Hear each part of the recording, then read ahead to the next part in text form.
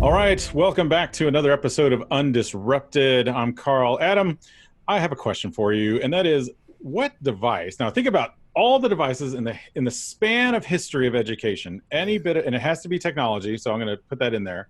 I want you to. Our first debate is going to be this: what technology device do you feel like has had the greatest impact on education? Ready? I have mine in my head, but I'm going to let you go first, and Wow. then we'll bring in our guest in just a second. A singular device, not a thing, but an actual device. Uh, Is that what you're saying? yeah. Yes. That's exactly what I'm saying. Gosh, you know what? If I had to just pick one, just right now, without thinking, without stalling, just giving one answer, without continuing and going on, and just giving you one answer. That's what Don't you're say it asking yet. for? Don't say it yet. Okay, we'll count to three and we'll see if we say the same one. You ready? Okay, go for it. Ready? 1, 2, 3. Palm Pilot. iPad. Not a Palm Pilot? Close, Oh. close. I was actually going to say projector, only because although projectors are now going away, so I don't know that that's really that big of a thing. Maybe it's projected video, but that's kind of a. So you think iPad? Yeah, that's what turned the corner on the one-to-one, and now Chromebooks, of course, have kind of Oh eclipsed yeah. that. But yeah, that You was know, kind of that's good. it was either that or cable in the classroom. That's why I was like, Yeah, no, seriously, no. I'm remember totally that. joking on that one. But that was the thing, and here's what you have to be careful about with these all these things that were supposed to change classroom instruction. Once they said we could have cable in the classroom, it was going to change instruction. And what do we get? A bunch of Channel One things that Channel people were One, watching. yes. And then we said, oh, computers in the classroom. It was one teacher computer in the classroom. Didn't really change anything. So, you have to kind of be careful when you start thinking about what would change. But the reason why I went with the iPad, I felt that was when we started to change the narrative on what technology could do in the classroom. And not that I'm an Apple fanboy or anything, but it went from, the iPad being this thing to now Chromebooks. I mean, we've had netbooks for a hot minute. I remember the netbooks, those Yeah. little dingy little like 8-inch screen rubberized things. Yeah. But I mean, yeah, definitely. It's changed the way a lot of us are teaching and learning in our schools now. Well, let me bring in our guest. And I'm Brian. This is Bryan Phillips. He's CTO of Hoover City Schools right there in Alabama. Brian, where do you fall on this? If you're thinking like, what is the one device you thought would be that's an impact in education in terms of technology? I'm right there with you. I was thinking, but first of all, thank y'all for having me. Yeah. I think the access point would be the one thing that changed it. Oh, But clever. it fits into both of what you're saying, but without that one interstate to get us where we're going, we don't have a route. So I think that was the biggest point when we created the Wi-Fi networks. Yeah, wireless. True story. Yeah. True story. Like 60-second story here. I had a district that saw me do some presentation at Georgia Ed Tech Conference, and they're like, "Hey, Adam, we want you to come in here and talk to our teachers about using these iPads. We thought you were so engaging." I'm like, "Okay, great."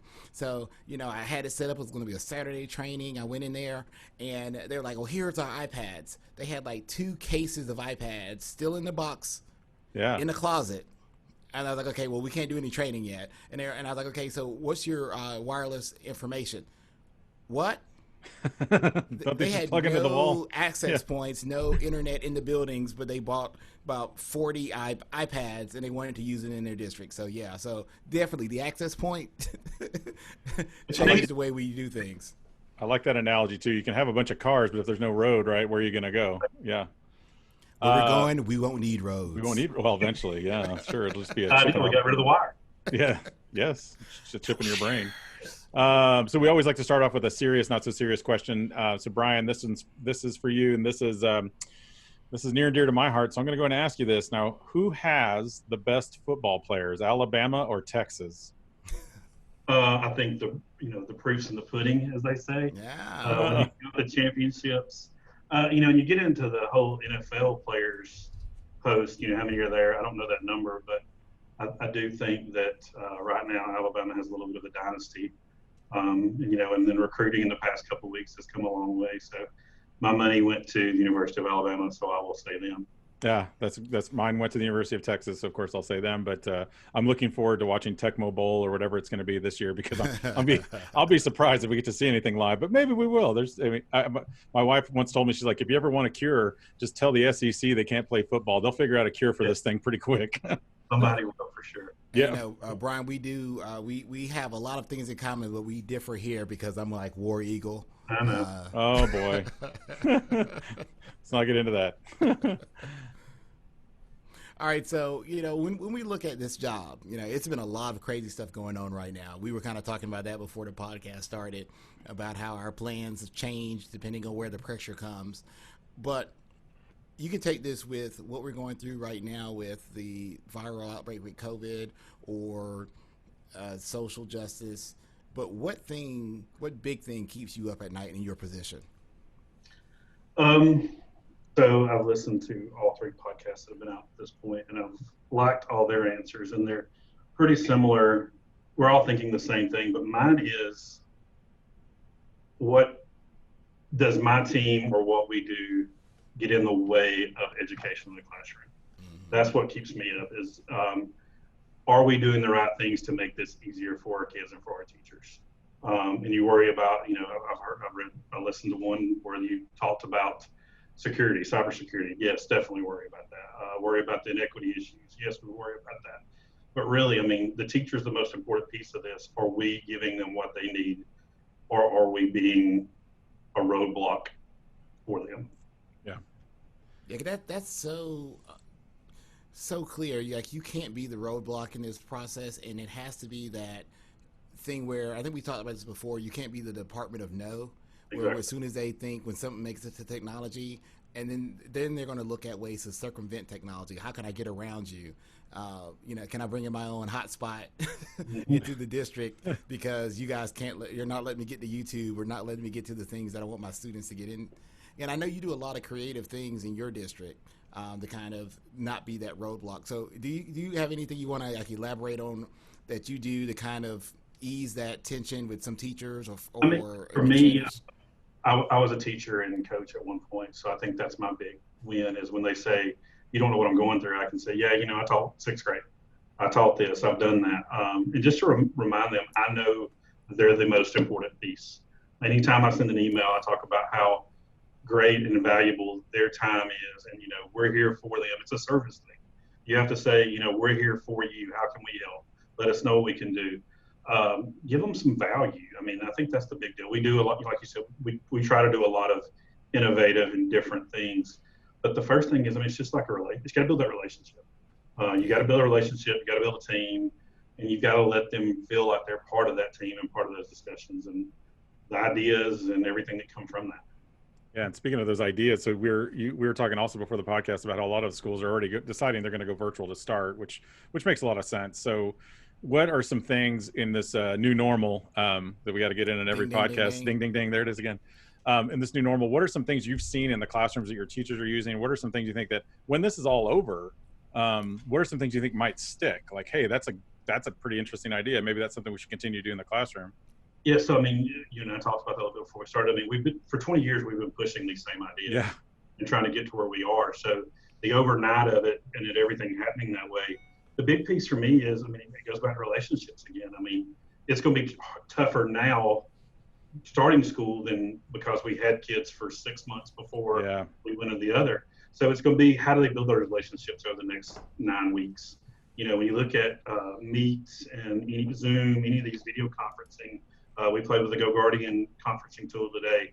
We start getting into those, it's going to be how they use those tools to create that, mini culture or biome that they're building in their classrooms, especially at the elementary level. High school kids, we know how they are.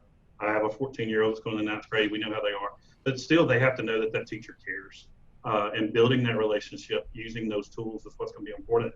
If we just come in and we start assigning worksheets, in Classroom or Canvas or whatever tool we use, that's not going to be there, and they're not going to ask for help. And we've all taken classes at the university level, I'm sure, where if you had a conversation with the professor, you felt better about it, and you could use those tools to communicate with them.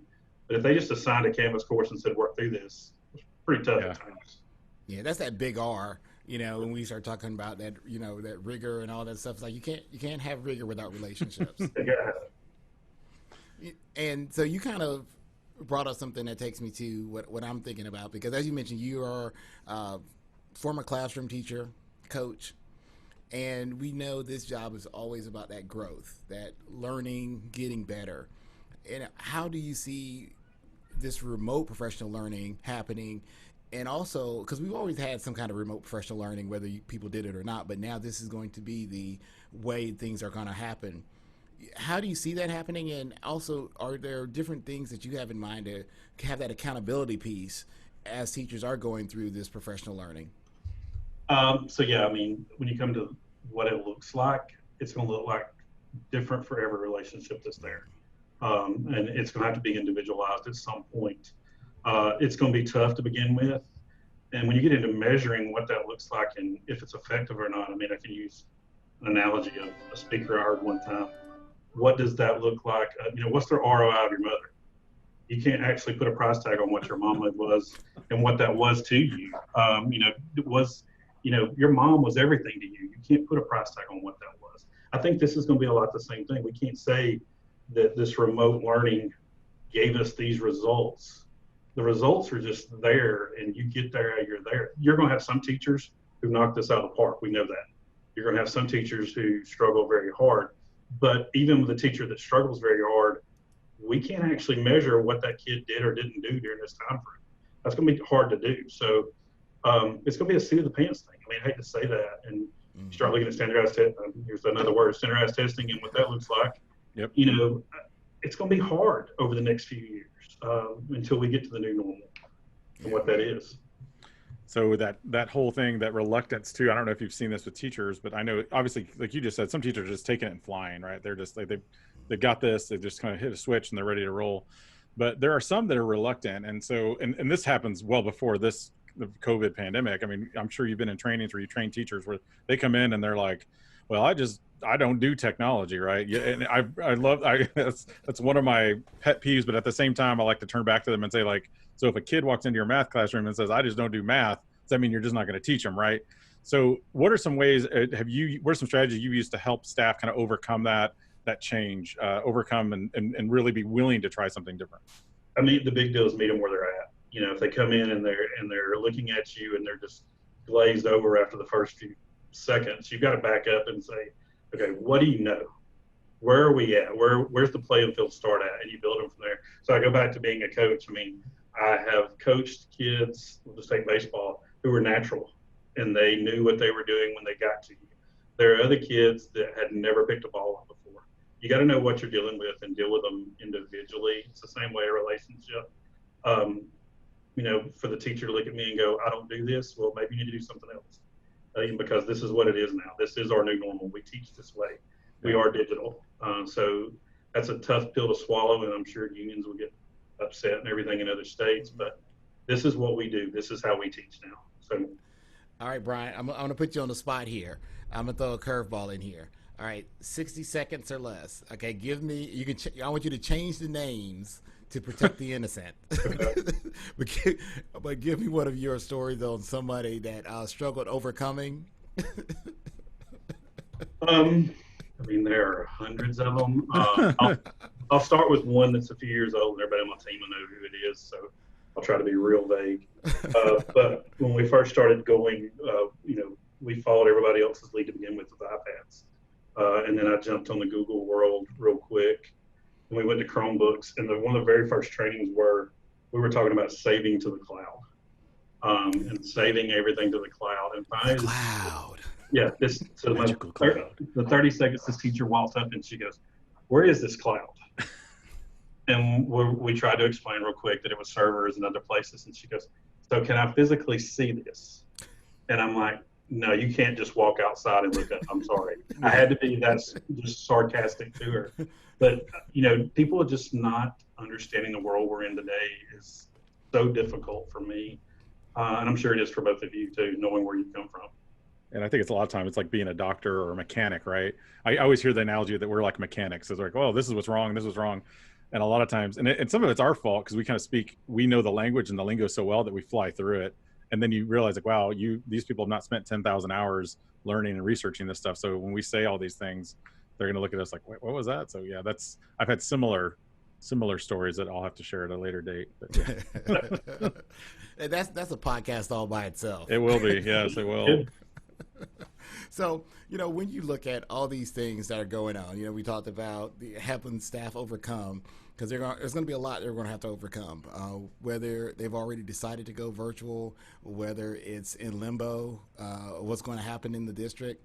So as they're going through this, the people that are listening to this podcast, what are some words of encouragement that you can give them to keep them from becoming disrupted? You really want them to become undisrupted in their life. Yeah, I mean, so the big deal is you're affecting thousands of kids.